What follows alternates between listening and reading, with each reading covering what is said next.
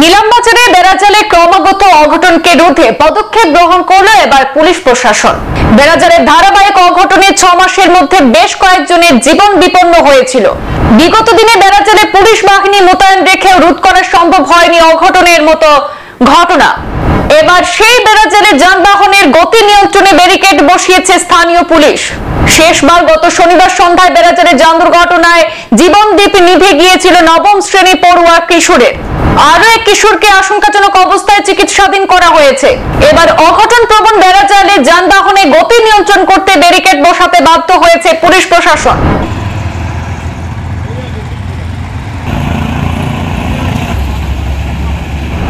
নীলামবাজারে বেড়াজালের ধারাবাহিক দুর্ঘটনার ঘটনা সংঘটিত হওয়া নিয়ে রীতিমতো দুশ্চিন্তায় পড়েছে পুলিশ প্রশাসন। শেষ পর্যন্ত আসাম ত্রিপুরা জাতীয় সড়কে বেড়াজাল অংশের দুর্ঘটনার জন্য চিহ্নিত আনুমানিক 1 কিলোমিটার এলাকাকে সতর্কতামূলক ব্যারিকেডের আওতায় নিয়েছে নীলামবাজার পুলিশ।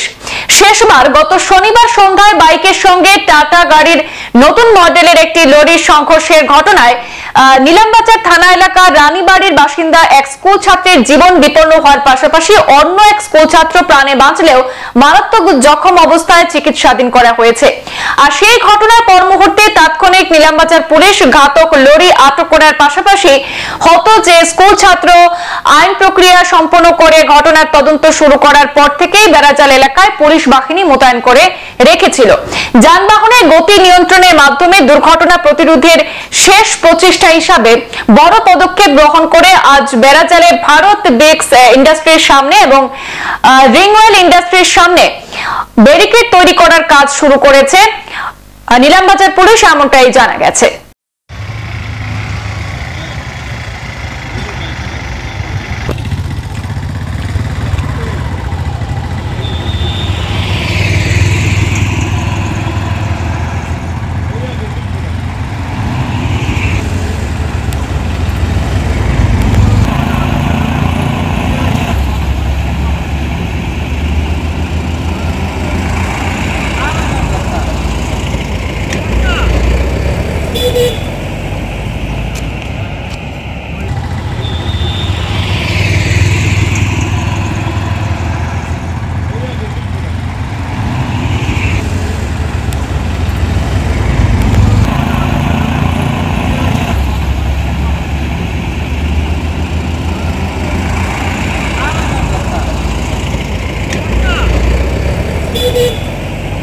সংবাদ এ পর্যন্তই, ফিরছি পরবর্তী অন্যান্য আপডেট নিয়ে।